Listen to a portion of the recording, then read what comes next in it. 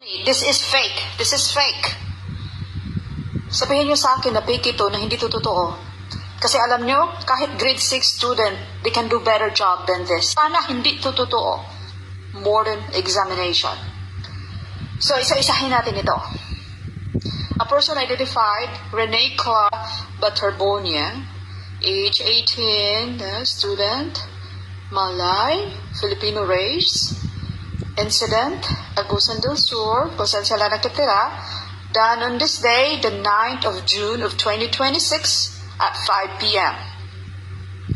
Place of examination, Arlington Memorial Chapel, 12 G. Araneta Avenue, Quezon City. Okay? Place of death, Aurora Medical Hospital, Baler, Aurora, on June 8. Then, allegedly as a result of manner of death, foreign body affixation. Place of incident, Blanco, Bagsak. Date of incident, type of incident, Bagsak. The above information were given by Rovelyn Bartabunya, that's the mother. And then yun lang, signature ni John Allen Alcantara, MD.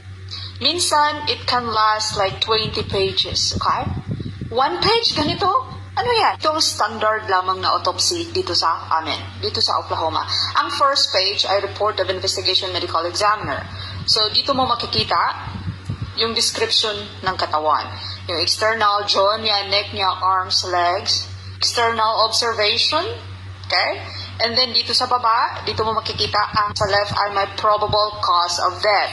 Yung manner of death, dito natin makikita. Yung manner of death, sa kanina pinakita ko sa inyo, sabi ay affixation due to drowning.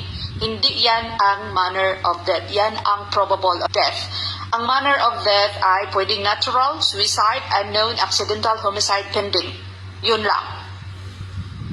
Dapat ang nakasaad doon sa report na iyan ay either one of this. Suicide ba yun? Accidental ba yun? Homicide ba yun? Pending ba? Unknown ba? Postpartum examination. Dito natin ini-examine. Grabe, no? Ang dami dito mga nakasulat. Oh? Clothing, pagdating nila, pagkuha nila sa katawan, ano yung naobserbahan nila sa katawan. Ano ang sinusuot ng biktima. Dapat nakasulat yan lahat-lahat. Ano yung na-observe nila sa katawan, sa external.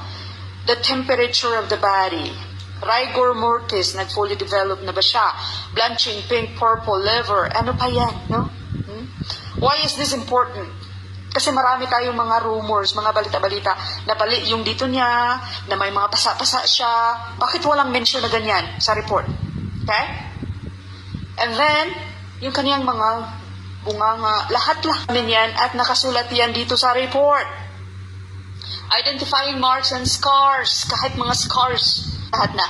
Pagkatapos niyan ay sa loob naman, sa internal, ay magpiperform sila ng Y-shaped incision dito para titingnan lahat ng organ.